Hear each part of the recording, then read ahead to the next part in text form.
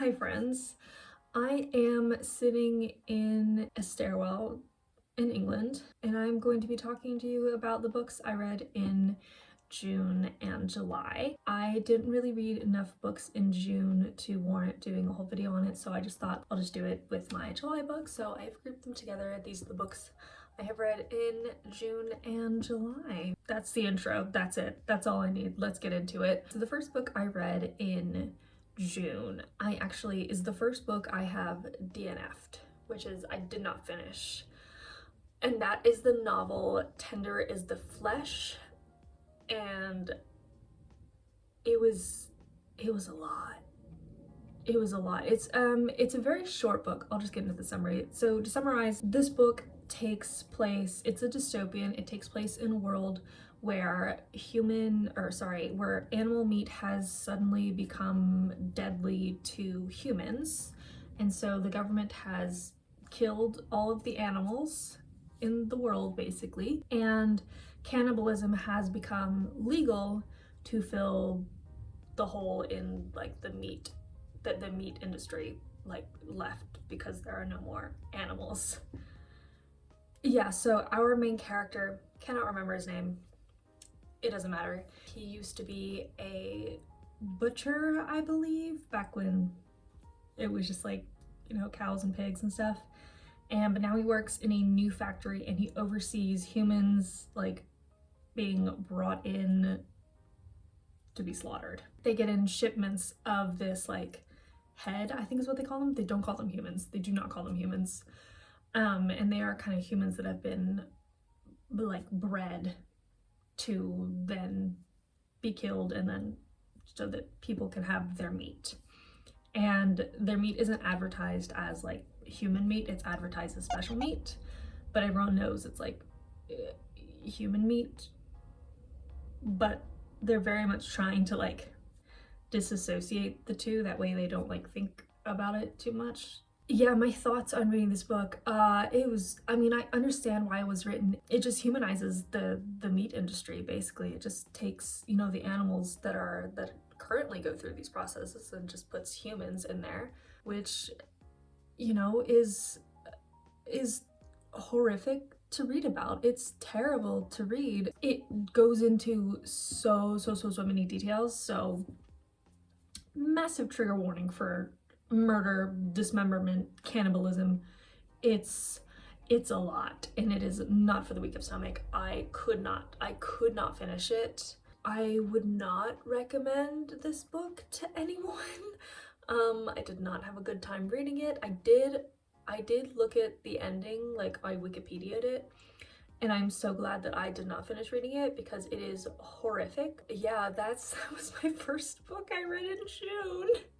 Off to a great start. The second book I read in June, I read the book Out of Love, and this one was a lot less gruesome. Essentially, it's a love story told in reverse. So we begin with like post-breakup, and it's told from the perspective of the girl. And I didn't realize until I was writing like the little summary for myself that we actually we're never given her name. She's only referred to like as Angel, as her ex calls her. So we have our main interests, or we have our main people, Angel, which is the girl, whose point of view we are like reading this from, and Theo. I mean, that's essentially the summary. And I actually kind of loved how the main character is never named.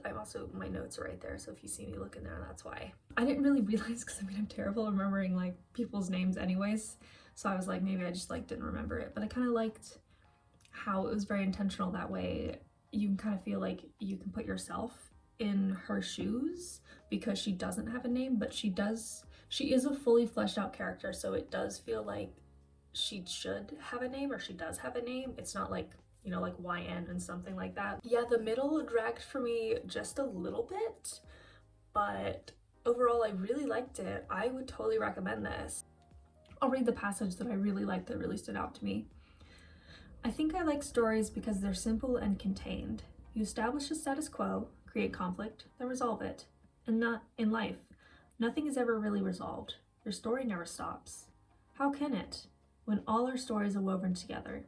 part of some greater tapestry of tales that make up our lives and the lives of those around us. Take that story about my mother, the day she drove to the beach. That story didn't end when she came home, nor did it end years later, when she decided to tell me the story herself, a decision I won't ever fully understand, because that story is all over me now. It drips from me. And the story doesn't end when I get on the plane, or when she gets home to an empty house and stands in the doorways staring into silent rooms and wonders where the time has gone. For better or for worse, I am my mother's daughter, and her story is my story too. It's mine to carry, mine to hold, with love if I can manage it, and mine to weave into my own. This story does have a lot of, beautiful tidbits and tales about like life and relationships and what it's like to have a relationship with others, relationships with yourself, relationships with, family members and friends and everything like that. So I would say it's a very beautiful story. I gave it 4 stars. I loved it. Great book, great read. What else really to say there? The last thing I read in June is actually Duology. The first one is Dance of Thieves, and the second one is Vow of Thieves. This is a young adult series, Duology, that follows the 2 main characters, which is Jace and Kazi. Jace is the new leader, aka Patri? I can't remember how to say it, but it's the Patri. He's the leader, following his father's sudden death. And so he is part of a family called, they're the Ballingers. They are like an outlaw family that have ruled over their like little bit of land before the kingdoms had been like established. So they're like, we were here first. This is our land. We don't really care that like a king has claimed that he technically rules over us, because like they're outlaws. They're an outlaw family. And so with this change, this especially sudden change of power, he kind of has to rein in all the chaos that is going on because of this change of power. Our other main character is Kazi, and she is a former street thief turned elite soldier for the queen, for a young queen who then sends Kazi on a secret mission to steal something very large. We're not told what it is straight away, but we do know that Kazi is a very, very good thief, and so this specifically is like her thing that the queen is like, this task was made for you, to go steal something for the queen. And so these two, Kazi and Jace, their paths cross, and they have to make alliances with each other while still having their own secret priority. Yeah, that's pretty much all I can say without giving anything away. But this is an enemies to lovers, and I do love a good enemies to lovers. I did love their relationship more, I think, in the first book than I did in the second book, which I can't really go into what happens in the second book, but I did like the first book more. I liked the first book a lot more. The second book was kind of like, the first book I read really quickly, and the second book I just kind of like, it took me a while. I think I was just like in a little bit of a reading slump. One issue I had was like, there were just simply too many characters and I could not keep up. And I feel like I kept forgetting like who people were. So the Ballingers are like a family of like, I don't know, there's like 9 or 10 of them. There's a lot of them. There's a lot of these kids. And he's not the oldest. He was like chosen to lead after his father, because it doesn't like necessarily go like in age order or anything. Like the former Patri gets to choose who he wants to succeed him. So Jace was chosen. And yeah, I just kept forgetting like who people were, and like I just didn't feel emotionally attached to the majority of them, and it just kind of felt like every time they were announced, I'm like, huh? Oh yeah, one of the siblings, or oh yeah, one of these. They were just like too many side characters that just like I just didn't feel like they were fully fleshed out. They did kind of do that thing where like once the 2 main people like get together, it's like their friends have to kind of like get together. Like Kazi has like 2 friends that are like her, like part of her elite like queen guard, and like they try to pair them up, Jace's family, and it's just like, why does everyone have to be in a relationship? Like what? Like it was just, I found it so unnecessary, and it just kind of felt like it was there to like fill space, and they're like, look, see, this is a whole story because we have like 40 people here. And it was just, yeah, it was too much. I was just uninterested in the majority of these characters because I feel like I didn't get enough time with any of them to like feel any emotional attachment to them. Yeah, those are my thoughts on that duology. I decided to move slightly as I talk about the books I read in July. So we started out with a banger in July. I read Sorcery of Thorns. I was so hesitant to read this book because I had read, what was it? An Enchantment of Ravens in May by the same author. And I didn't like it very much. I feel like it was a great idea, but like the way it was written, it was just not fleshed out. I didn't like it. And so when I saw that this was written by the same author, I was like, I don't really know if I'm gonna like it. But I saw like some people online, saw like thumbnails of people being like, OMG, like my new favorite book. It is, Sorcery of Thorns by the same author. And I was like, you know what? I'll give it a try. And I am so glad I did. This book, immediately 5 stars. Immediately 5 stars. I loved it. This book has got it. It is full fantasy. It's got fantasy, it's got magic, it's got demons. Where do I start? Main character. Main character is Elizabeth, and she is an orphan who grew up in one of the 6 great libraries in her kingdom. Can't remember the name of the library. It's not really important. So she grows up there, and she is an apprentice who hopes to one day be a warden. And she is special because she is the only like child who has ever grown up in a library. Like usually the orphans will go to an orphanage, and then I think at the age of 13 they get to like come in and be an apprentice, but like she's been there. Like she's been there the whole time. The library is just like literally her home. And these libraries are not like normal libraries. They contain, what are they called? Grimoires. They contain grimoires, which are magical texts ranging in danger, and librarians swear oaths to protect against, oh, hold on. I'm getting way ahead of myself here. Hold up. So in this world, magic comes from connecting oneself to like a higher demon. So, and these demons are from the other world, which is like a parallel dimension. And so how you connect yourself is you have to have like the demon's true name. And so there are houses in this like country, and they will like pass down names of like these demons from like one, I guess, what are they called? Masters? Yeah, like the heads of the house basically.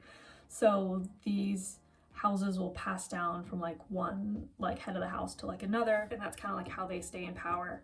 And so when you connect yourself, you become like a sorcerer. And so all of the sorcerers are like connected to demons. And libraries, so these aren't like normal libraries. They keep grimoires, so like magical texts for like spells and stuff.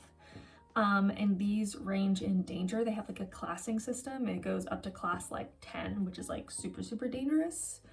And librarians swear oaths to protect against demonic influences. So they are not cool with demons. They are not cool with sorcerers because they're like, you're connected to demons and stuff. And so they also protect against grimoires who turn into malefics. Malefics? I think that's what they're called when they're damaged. So it's very dangerous to like move a grimoire from one place to another, because if they get damaged, they like turn into monsters. Yeah. And they can like wreak havoc and like kill people and stuff. So very important to keep the grimoires safe, and to keep them out of like the wrong person, like taking grimoire and like using a spell for a malicious thing. So yeah, so librarians do not trust sorcerers. They're like, they have to do dealings with them sometimes, but like they're very mistrustful of them. And Elizabeth, who has never like really been outside of the library, she's been outside a little bit, but like not enough. She's never like been to a big city. She's never like interacted with a sorcerer, so she thinks that they are just like pure evil. She does not trust them or anything. She is just like, yeah, they're like the worst people ever. They like murder baby children baby children, like baby, I don't know, like they just murder babies just for fun.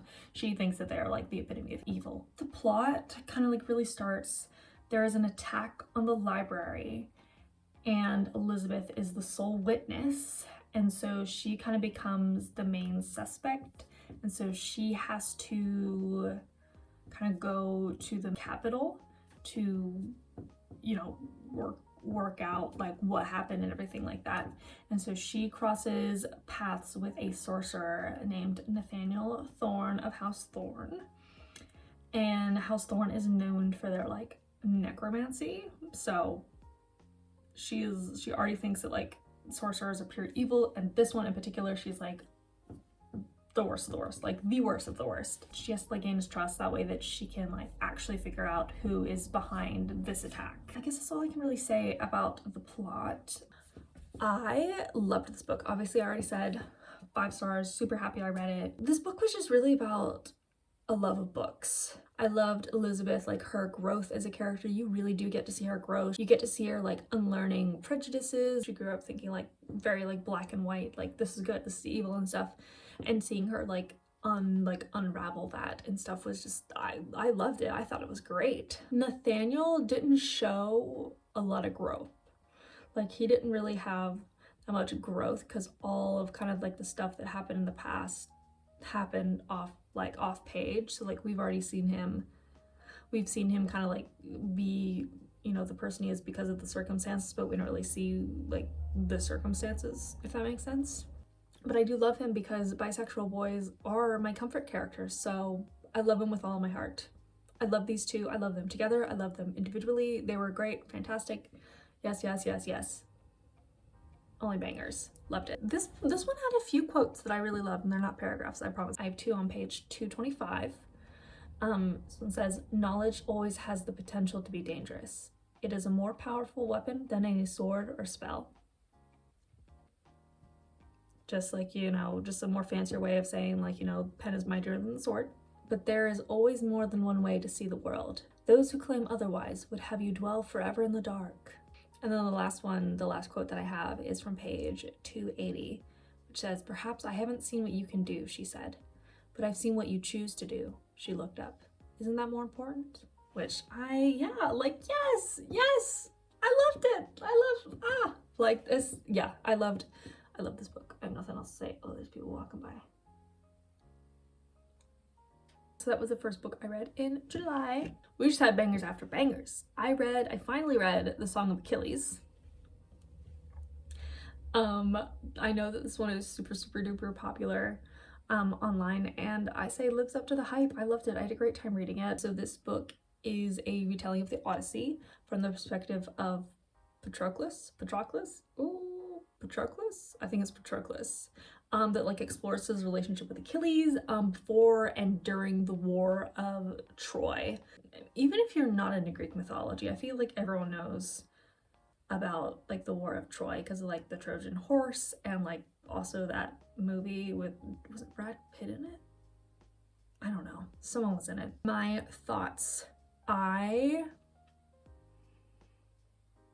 loved it. I mean, I feel like everyone loved it, but I have never been so like fully into a book so quickly and like style of writing so fast. First 3 paragraphs, I was like, let's go. I'm here. I'm about it. Like usually it takes me like a little bit, like a few chapters for me to like settle myself into the world, almost like feel comfortable in it, if that makes sense. But this one I was like, I know what's going on. I got a visual for it. Like and maybe that's because I kind of knew, I guess, the background, like I have read the Odyssey and the Iliad and stuff and, you know a bit about Greek mythology, but this one felt so like immediately comfortable. Like I was just immediately comfortable in this world and in kind of like knowing the writing style, if that makes sense. Just so I loved it immediately out the gate. I was like, yes. We do see a lot of growth in Patroclus from this like shy and strange like outcast prince to this well-liked healer guy who believes in mercy and everything. We don't really see any growth in Achilles. He is literally the same boy when we met him. Like we meet him at like, I don't know, 9 or something. He is the same. He is the same. Like he is the same. He doesn't really grow. The only thing that really grows is obviously the relationship between these two. Obviously there's a lot of quotes from this book that like people do. I think one of them is like, you know, he is my other half, like as the poets say, and like ones like those. But I just had like two that really stuck out to me that I wanted to mention. One is on page 49. It says, "He said what he meant. He was puzzled if you did not. Some people might have mistaken this for simplicity, but is it not a sort of genius to cut always to the heart?" Which I was like, ooh, bars, bars. And that quote is talking about Achilles and how he is just kind of like fully honest and fully like, this is exactly what I mean, which I think is very super likable about him. The other quote I had written down was from page 135. It says, "I could recognize him by touch alone, by smell. I would know him blind, by the way his breaths came and his feet struck the earth. I would know him in death, at the end of the world." Which, you know, romantics, this book has a lot of like quotes like that, where it's just like Patroclus being like head over heels, being like, this is my man, this is my man, he is my number one, I live, I breathe, I die for this man.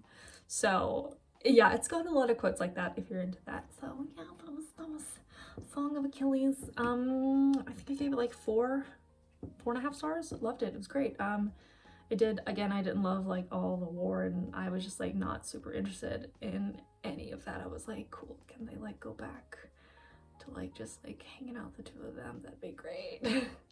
Again, bangers on bangers. I actually didn't read this one. I listened to The Seven Husbands of Evelyn Hugo. Again, super popular on everything. So I listened to this over like a long flight going from the US to the UK. I had like 4 flights.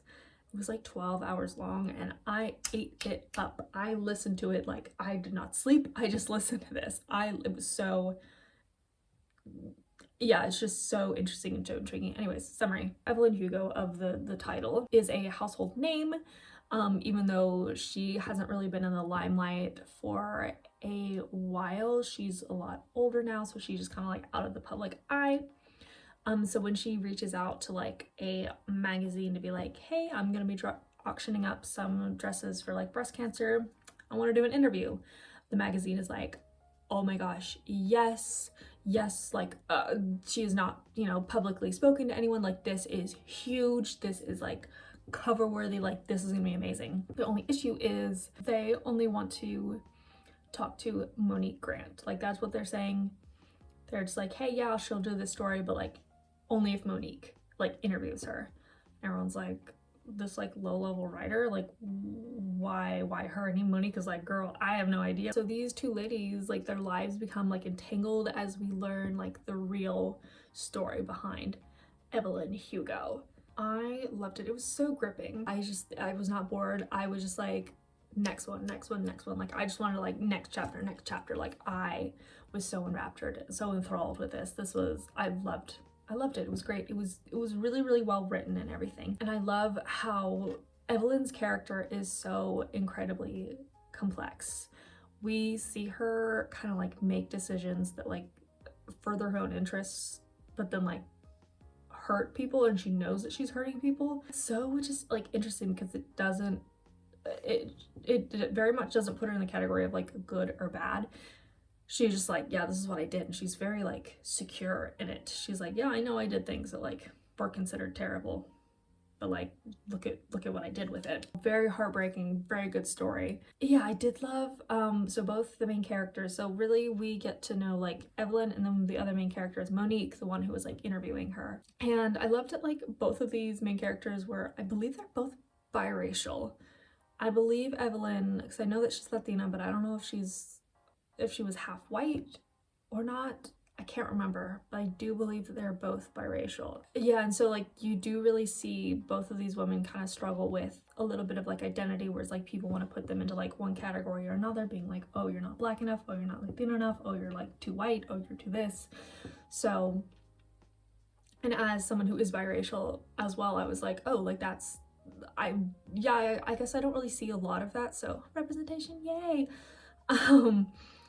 Yeah, and even like you see Monique make the mistake to tell Evelyn like, oh, so you're a lesbian, and then she like has a moment, she's like, oh my gosh, that's what someone's like, so people just tell me who I am, without me having to, like, without me coming and being like, oh, actually, like, this is who I am. And so she kind of has like a little moment. I like love that moment where she is just like, oh my gosh, I have just done what so many people have done to me. And she apologizes, like, straight out the bat. She's like, I'm so sorry, like, I didn't even ask you how you identify. I just, like, you said something and I was like, oh, so this is that. The only issue is I didn't feel super connected to Monique's story. Maybe because we don't really see her like grow and evolve. Like with Evelyn, we kind of go along with her as she like goes through the story of her life. So we do get to see her evolve and stuff. With Monique, we don't really get to see. But yeah, otherwise, loved it. 4.5 stars, loved it. It was great. Loved it, totally recommend. Next book I read another very popular book. Colleen Hoover, the author, is very popular. I read Verity, which is about a struggling author whose mother just died and just like left her with a lot of debt. Her name is Lowen. So, and she's approached to like co-write slash like ghostwrite the last 3 books in a like 9-book series by a very popular author. She like kind of can't really say no because she's like, yeah, I'm gonna get all this money, sick, sign me up. So she leaves New York City and she has to go to the house of, because the woman isn't actually going to co-write it because she's like kind of brain dead because she was in an accident and there was a lot of tragedy surrounding this family. And so she goes to this woman's house with her husband, not her husband, but Verity's husband, the woman who was writing the series. And she begins to like look through Verity's old office to like look for, you know, manuscripts and possible things, like outlining the ending of her series and stuff. She ends up finding more than she bargained for. This book is very tense. It is definitely a thriller. Some parts are not for the weak of stomach, but it was very well written in it. I had me hooked. I was on the edge of my seat. I was nervous because it's a thriller and I was like, oh my gosh, what's gonna happen? But also like, OMG, what's gonna happen? I did find the characters unlikable, but I do believe that was kind of like the point, is they're all pretty unlikable. I probably wouldn't reread it, but I would recommend it. If you like thrillers, like this is a good thriller. It's a well-written thriller. Yeah, and the ending kind of leaves you with like a, oh wait, did this actually happen? And it has you like questioning yourself, and so it was very interesting. I liked it. But yeah, I didn't like it as much as the other books that I read in July. And then the last book I read in July, I just finished yesterday. I read These Broken Bonds by Lexi Ryan. And I will probably do an entire video on this because I need to talk about what happened. But anyways, I can't really say anything non-spoilery because it is like the second book, the series finale in a duology. The first book was These Hollow Vows. I believe I talked about it in my May video. It's got fairies, it's got humans, it's got conflict, it's got princes, it's got, you know, love interest, like the main character, Bree. She, you know, has to choose between these 2 princes, is essentially all I can really say. It is very typically like YA. There's a lot of things that I was like, oh man, are you serious? Yeah, I am just gonna do a whole video on like what, like just my thoughts on this duology. I guess that's kind of it. That's all I can say then. These are all the books that I read in June and July. Yeah, so I feel like I read a lot of good books in like early July. I read just like 3 really great books, and then I kind of ended it with being like, so slightly disappointing, but oh well. And then I'll see what I read next month. I guess that's all I have to say. Thank you for watching. That's it.